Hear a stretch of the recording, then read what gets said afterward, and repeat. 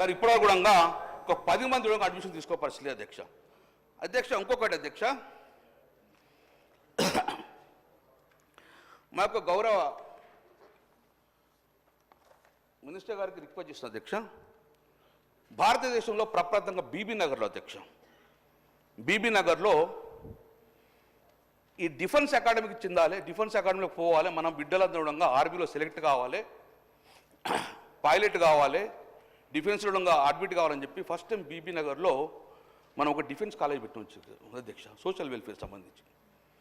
అందులో అది చూసి భారతదేశంలో గొప్ప కాలేజ్ అని చెప్పేసి ఆర్మీ వాళ్ళు మనకు పెద్ద పెద్ద యుద్ధ ట్యాంకర్లకు ఇచ్చింది అధ్యక్ష. అక్కడ యుద్ధ ట్యాంకర్లు అధ్యక్ష మొన్న 1 మంతే ఆ కాలేజీని మూసేసింది అధ్యక్ష. ఇంకో ఇది నిజం అధ్యక్ష, ఇది 7,000 మంది విద్యార్థులు డిఫెన్స్ సెలెక్ట్ అయిన అధ్యక్ష.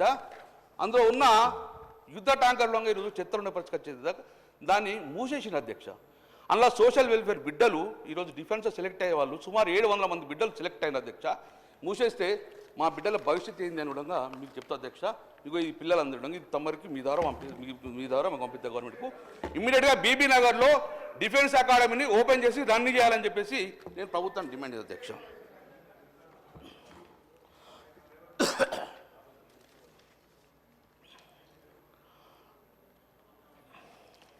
అదే ఆ భారత సైన్యం ఇచ్చిన యుద్ధ ట్యాంకర్లకు తొందరగా నెలకొల్పని చెప్పి నేను రిక్వెస్ట్ చేస్తాను అధ్యక్ష. తర్వాత ఇప్పుడు యంగ్ ఇండియా అని మీరు తీసుకొస్తున్నాను, సంతోషం. నేను ఒకటే గవర్నమెంట్ రిక్వెస్ట్ చేస్తున్నాను, 600 విద్యార్థికే ఇంత కలుషితం వాతావరణం అన్నారు, కలుషితం ఆహారం అన్నారు. మరి యంగ్ ఇండియా దాంట్లో 2,500 మందిని మేనేజ్ చేయగలుగుతారా ఒకటే స్టాఫ్ తోటి? మరి స్టాఫ్ను పెంచుతారా? మరి యంగ్ ఇండియా సొసైటీ తీసుకొస్తే ఈ గురుకులాలు ఉంటాయా? గురుకులాలను తీసేస్తారా? ప్రభుత్వ క్లారిటీ ఇవ్వాలి ప్రజలకు. గురుకులాలు అన్నీ తీసేసి యంగ్ ఇండియా సొసైటీని తీసేస్తే పెడతారా? అది కూడా ప్రభుత్వం ఆన్సర్ చేయాలని చెప్పి మేము దయచేసి యంగ్ ఇండియాని పెట్టుకొని మీ స్కిల్స్, కానీ గురుకులాలు మాత్రం ఎట్టిపోవడంగా ఆపద్దని చెప్పేసి నేను మీరు రిక్వెస్ట్ చేస్తున్నాను అధ్యక్ష.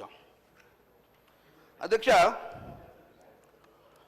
జగిత్యాల్లో ఒక సోషల్ వెల్ఫేర్ అధ్యక్ష డిగ్రీ కాలేజ్ బ్రహ్మాండంగా నడిచింది. ఎందుకో ఈ ఇయర్ అడ్మిషన్ తీసుకోలే అధ్యక్ష.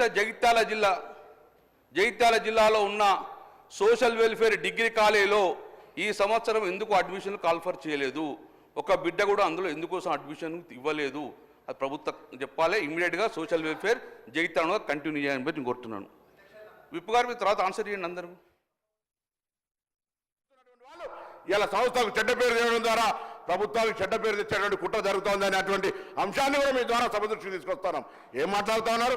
రాజకీయం కాదనుకుంటేనే అసలు ఏం చదువుకునే అవకాశమే లేదు గతంలో.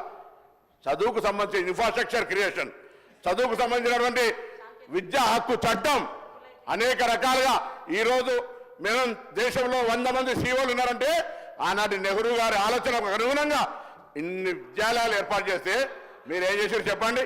ఊరికైనా మాటలు ఒక వైస్ ఛాన్సలర్ వేయలే, ఒక టీచర్ రిక్రూట్మెంట్ చేయలేకపోయారు, పెద్ద పెద్ద మాటలు మాట్లాడుతూ ఉన్నారు.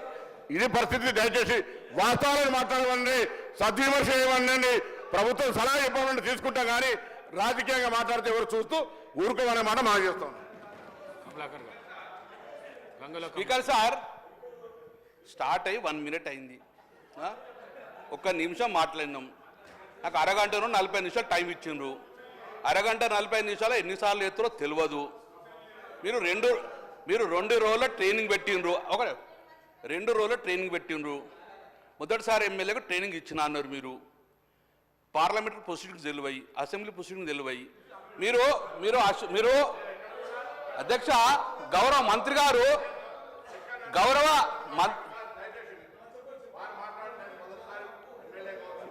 నాకు సంస్కారం ఉంది నాకు. నేను ఎక్కడ కూడా అన్పార్లమెంటరీ, దయచేసి అసెంబ్లీ అఫేర్ మినిస్టర్ కూడా రిక్వెస్ట్ చేస్తాను, నేను ఎక్కడైనా పొరపాటు మాట్లాడి మీరు సభాధిపతి నిర్ణయం తీసుకోవచ్చు, నన్ను బయటకు కూడా పంపండి. వారు మాట్లాడింది నన్ను ఆ ఉద్దేశంగా మాట్లాడితే మొదటిసారి ఎమ్మెల్యేకి ఏం తెలియదు అన్నట్ట, అజ్ఞానం అన్నట్ట, జ్ఞానం లేదన్నట్టుగా ట్రైనింగ్ రాని మీరు, ట్రైనింగ్ రాకుండా మీరు మాట్లాడుతున్నారా? ఇలా ఏం మాట్లాడుతున్నారు అధ్యక్ష?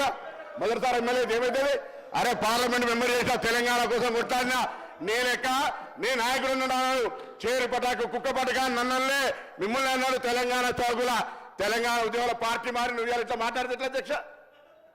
రాసారి ఎన్నికలు అవుతుంది. నేను నా పార్టీ, నా కన్నతల్ల లాంటి పార్టీ కష్టాలుంటే ఎవరు చెప్పినా పార్టీ మారలే.